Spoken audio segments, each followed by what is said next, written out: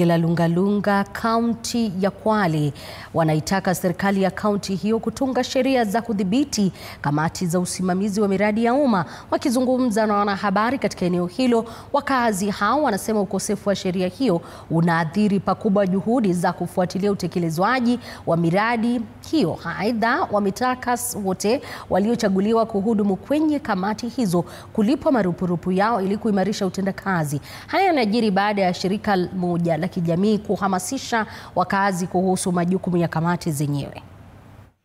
Hakuna agreement pale. Sasa lakini tunapoona kamati na letu chuma uje kama nditwe sheria iweze kuundwa ili PMC waweze kupata mahitaji, kwa sababu kama PMC inafanya kazi wakati hakuna malipo tunajichanganya, kwa sababu tukisema tufanye kazi huku tusimamie mradi ni kwamba tumewekwa mfukoni.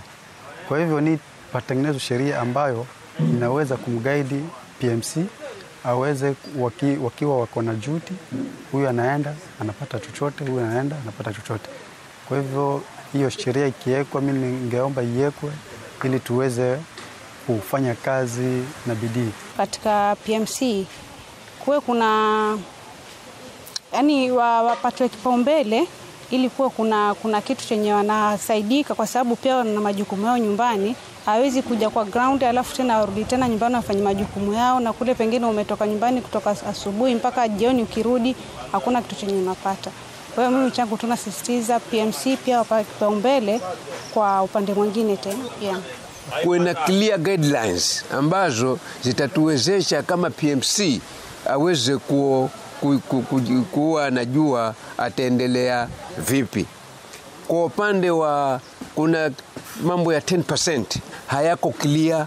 Kuna masuala ya kwamba hao PMC wenyewe kunakuwa unachaguliwa na wenzio kama watu 7, lakini utakuta mradi utaendelea wakiwa watu wengine watasusia kuenda, lakini ni miongoni mwa hao PMC. Lakini sasa kwa vile hakuna guidelines ambazo zinamwambia wewe ukikosa kikao cha wale PMC wenzio uko nje, hakuna. Kwa hivyo unapambana na hali ngumu ya kuwa pengine PMC ni watu ni kidogo na watapambana hivyo mpaka mwisho wa mradi. Haya mafunzo nia na madhumuni ni kuelimisha wale kamiti ili waweze kujua roles na responsibilities zao kama kamiti ni gani. Je, mradi umefanywa, umetekelezwa kisahihi? Je, zile bill of quantities zenye zimetumika ama zile zenye zinahitajika, je ndizo zilizoandika kama kwenye ile contract agreement ama kwenye ile nini ya yule mwanamkandarasi? Wanahusisha jamii nzima kwa kuwakilisha.